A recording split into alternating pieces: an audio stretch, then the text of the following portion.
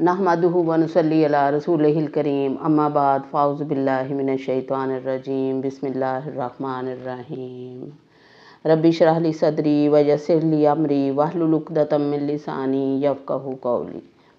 अस्सलामु अलैकुम व रहमतुल्लाहि व बरकातुहू। डियर स्टूडेंट्स, क्या हाल है आपका? उम्मीद है आप सब खैरियत से होंगे इंशाअल्लाह। अल्लाह पाक सबको अपने हिफ्ज़ व अमान में रखे, आमीन। आज का हमारा सबक सूरह आल इमरान की आयत नंबर 65 है। यहाँ पे अहले किताब का ज़िक्र है। अहले किताब में यहूदी और ईसाई दोनों शामिल हैं। तो वाक़या इस तरह से है कि जब ईसाइयों का एक वफ़द नजरान से आया था, नबी पाक सल्लल्लाहु अलैहि वसल्लम से बहस व मुबाहिसा किया। ये 70 के करीब लोग थे। तो इनके साथ कुछ यहूदी उलमा भी आ गए थे और यहूदी और ईसाई दोनों मिलकर नबी पाक सल्लल्लाहु अलैहि वसल्लम से बहस व मुबाहिसा कर रहे थे।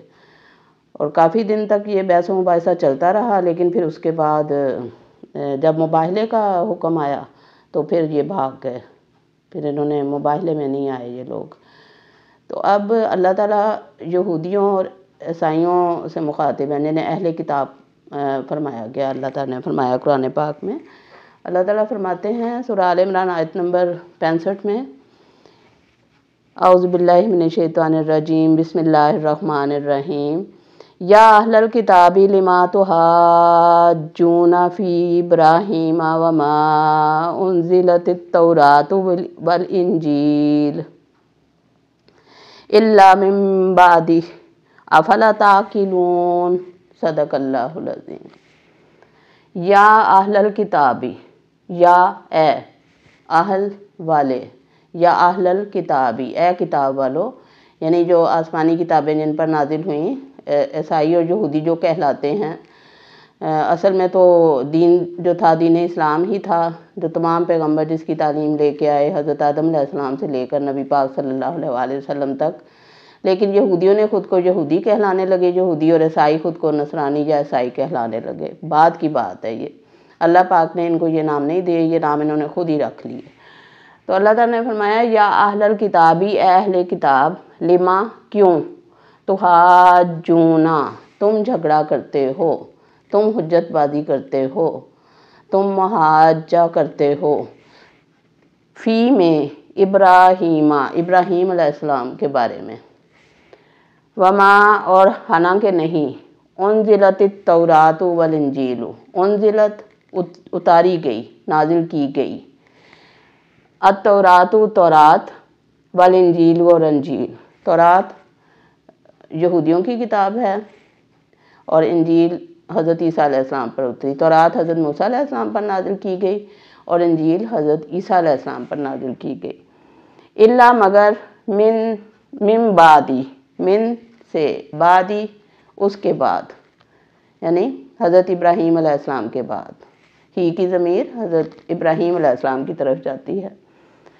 आफला आ क्या, फ़ा पस ला नहीं, आफला क्या पस नहीं, ताक़िलून तुम अकल करते, तुम अकल से काम लेते। अब मामला ये है कि जो ईसाई और यहूदी हैं वो भी कहते हैं कि हज़रत इब्राहीम अलैहिस्सलाम हमारे जद्द अमजद हैं, और हम मुसलमान भी कहते हैं कि हज़रत इब्राहीम अलैहिस्सलाम हमारे जद्द अमजद हैं। खाना काबा की तामीर उन्होंने की थी। अब सोचने का मकाम ये है कि हज़रत इब्राहीम अलैहिस्सलाम तो यहूदियों और ईसाइयों, हज़रत मूसा अलैहिस्सलाम और हज़रत ईसा अलैहिस्सलाम से बहुत अरसा पहले आए थे और उन्होंने खाना काबा की तामीर की थी। और जो हैकले सुलेमानी बना था वो तो कई सौ साल बाद बना था हज़रत इब्राहीम अलैहिस्सलाम के। तो ये यहूदी और ईसाई उन्होंने ख़ुद से ही अपने नाम रख लिए। हज़रत इब्राहीम अलैहिस्सलाम तो बहुत पहले आए थे। हज़रत इब्राहीम अलैहिस्सलाम के तकरीबन 600 साल बाद हज़रत मूसा अलैहिस्सलाम आए और तौरात उस वक्त नाजिल हुई। और हज़रत मूसा अलैहिस्सलाम के भी तकरीबन 1400 साल बाद हज़रत ईसा अलैहिस्सलाम आए और इंजील उस वक्त नाजिल हुई। तो उससे पहले जब अभी हैकले सुलेमानी नहीं बना था, तो उससे पहले ये लोग किस तरफ रुख करके इबादत किया करते थे, और ख़ुद को वो कहते भी हज़रत इब्राहीम अलैहिस्सलाम की औलाद हैं। हज़रत इब्राहीम अलैहिस्सलाम के 2 बेटे थे, हज़रत इसहाक़ अलैहिस्सलाम और हज़रत इस्माईल अलैहिस्सलाम।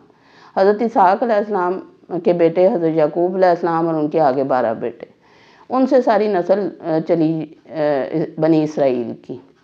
تو بنی اسرائیل میں 1,24,000 تقریباً پیغمبر، جن میں سے صرف ایک پیغمبر جو ہمارے نبی صلی اللہ علیہ وسلم حضرت اسماعیل علیہ السلام کی اولاد میں سے ہیں، اور باقی سارے حضرت اسحاق علیہ السلام کی اولاد، حضرت یعقوب علیہ السلام کی نسل سے۔